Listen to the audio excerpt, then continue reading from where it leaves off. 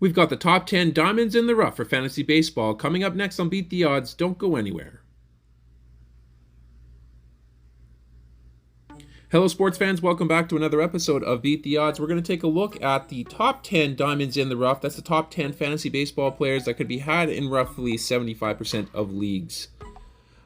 Before we get started here, if you like this type of content, be sure to like the video, subscribe to the channel, and hit that notification button so that way you'll be notified whenever we drop an episode.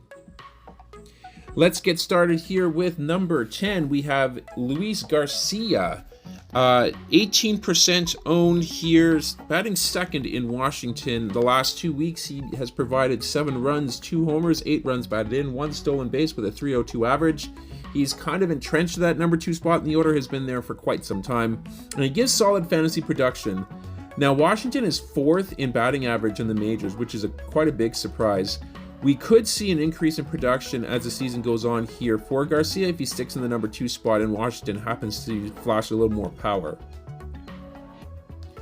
Going to number 9, we have Adam Frazier, 22% owned. He's batting first in Baltimore, 4 runs, 1 homer, 4 runs batted in, 191 average here in the last 2 weeks. Now, Frazier is a contact hitter. He doesn't strike out a whole lot, puts a lot of balls in play.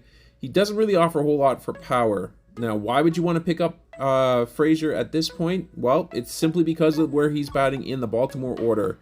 Baltimore has been working with him in the leadoff spot there, and as long as he stays in that spot, he's certainly worth a look. Going to number 8, we have Julio Tehran, 19% owned, 17.1 innings pitched here in the last 2 weeks, 1 win, 10 strikeouts, 1.56 ERA, .92 WHIP. He's a soft tosser at this stage in his career. He has been a useful fantasy pitcher here in the past. The key for Tehran will be control. If he can limit the amount of walks and induce more soft contact, he should be able to keep that ERA and WHIP in check. Going over to number 7, we have Justin Lawrence, 8% owned, 6.1 innings pitched here in the last 2 weeks, 1 win, 2 saves, 7 strikeouts, 5.68 ERA, 1.11 WHIP. There's not many potential closers that you're going to find in over 75% of leagues, but I'll present you with Justin Lawrence here. For the season, his opponent's batting average is around 232.1 innings pitched, and he has over a strikeout per inning, so that's going to typically translate well for fantasy purposes. Going to number 6, we have Aaron Civale, 25% owned here, 5 innings pitched over the last 2 weeks, 4 strikeouts.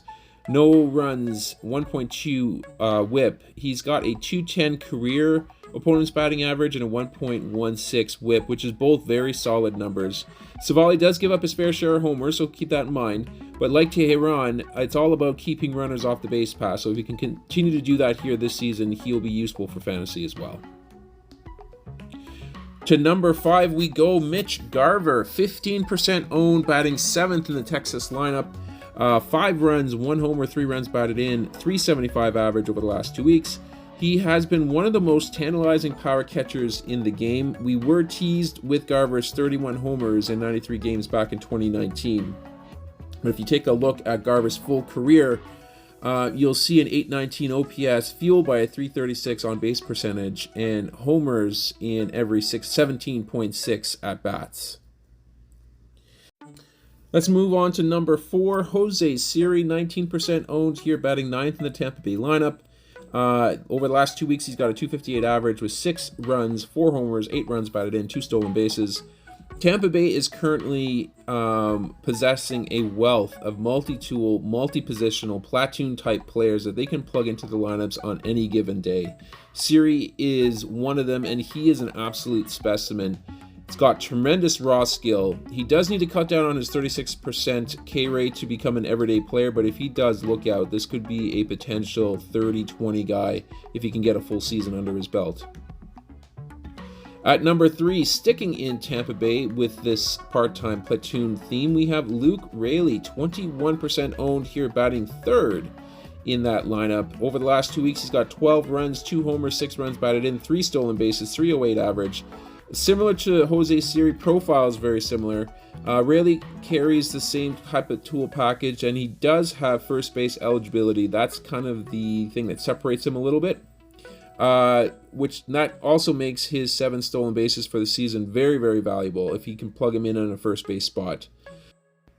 Raley is also second in Tampa Bay behind Yandy Diaz for the team lead in OPS. To number 2 we go in Giants land. Jock Peterson, 26% owned here, batting third in that lineup.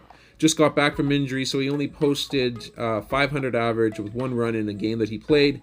Last year, though, he had 57 runs, 23 homers, 70 runs batted in, and 3 stolen bases, batting .274 and 380 at-bats. That 274 average was a career high, so I wouldn't expect that from Peterson this year. What you should expect, though, is between 20 and 25 homers with quite a few counting stats hitting in the middle of that San Francisco order. And let's go to our number 1 pick here. Jake Berger, 26% owned, batting second in the Chicago lineup. Last 2 weeks, he had 8 runs, 2 homers, 6 runs batted in, 1 stolen base, batting .290.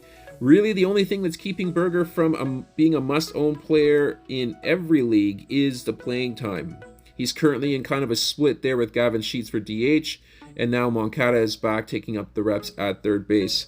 Now, he does post ridiculous exit velos. He is a little pull-happy, which works well for his homers, and he does strike out quite a bit, which is the case with most of the guys here on the list.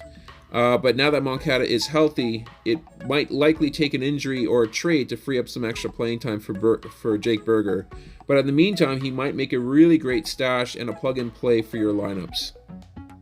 And that's going to do it here for this episode. I hope you guys enjoyed it here. If you did, please leave a like on the video and subscribe to the channel for future content. But that's going to do it here for us. Thank you again for watching. We are going to sign off for now, but we are going to catch you guys on our next episode.